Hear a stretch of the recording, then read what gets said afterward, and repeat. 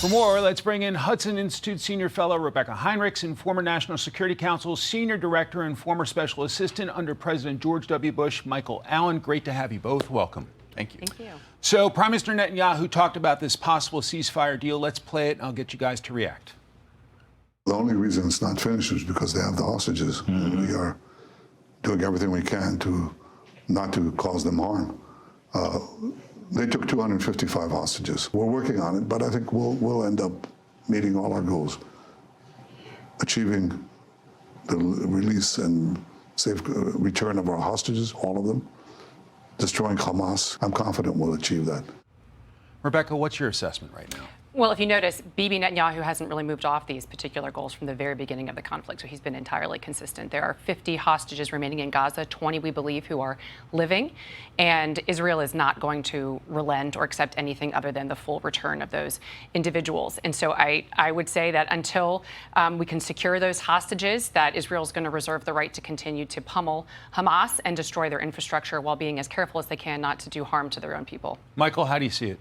Well, the nub of the issue remains that Hamas will not compromise because it will not give up all of its hostages without some sort of assurances from Israel that it will stop the war, except Netanyahu will not stop the war until Hamas is destroyed. So I think this is a bit like two sides each trying to solve the Rubik's Cube at the same time. There is a right combination of words and assurances from outside parties that can lead to an agreement, but it's awfully hard, and they're going to have to stay at it for some time to come. To Russia, where Vladimir Putin continues pounding Ukraine in a vicious way. Speaker Mike Johnson today talked about the possibility, of sanctions. Let's play it. I would. I think there's a big appetite for that in the House as well. I think tough sanctions are called for. I mean, Vladimir Putin has shown an unwillingness to work with President Trump to bring an end to this this unjust war on Ukraine. And we got to talk tough and we got to act tough. Your thoughts on sanctions, Rebecca? Yeah, I mean, long time coming. It has not worked to urge Putin to have a ceasefire without threatening him with tough penalties if he doesn't. And so now we're moving into that phase. The Congress has been trying to be quiet and give President Trump and his diplomatic team an opportunity to give it a shot.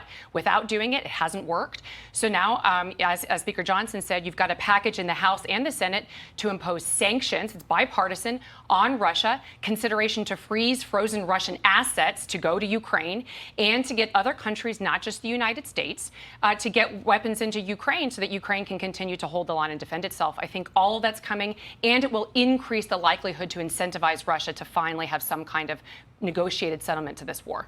Michael, your thoughts? Well, we know that President Trump understands leverage, and there are two principal leverage points that the president has in his quiver of arrows here. One, of course, as Rebecca mentioned, 84 U.S. senators are behind this really tough package of sanctions. And also, the president seems to be pledging to keep a flow of arms and assistance heading to the Ukrainians.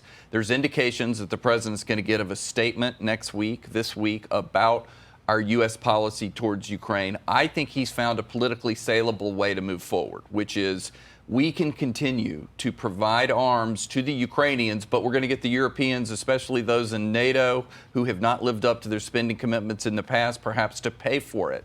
And I think that might be the right combination of elements to allow the president to continue to put pressure on Putin, because I think he's realized just how obstinate and stubborn Putin has been.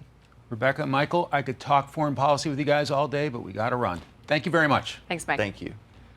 Hey everyone, I'm Emily Campagno. Catch me and my co-hosts Harris Faulkner and Kaylee McEnany on Outnumbered every weekday at 12 p.m. Eastern, or set your DVR.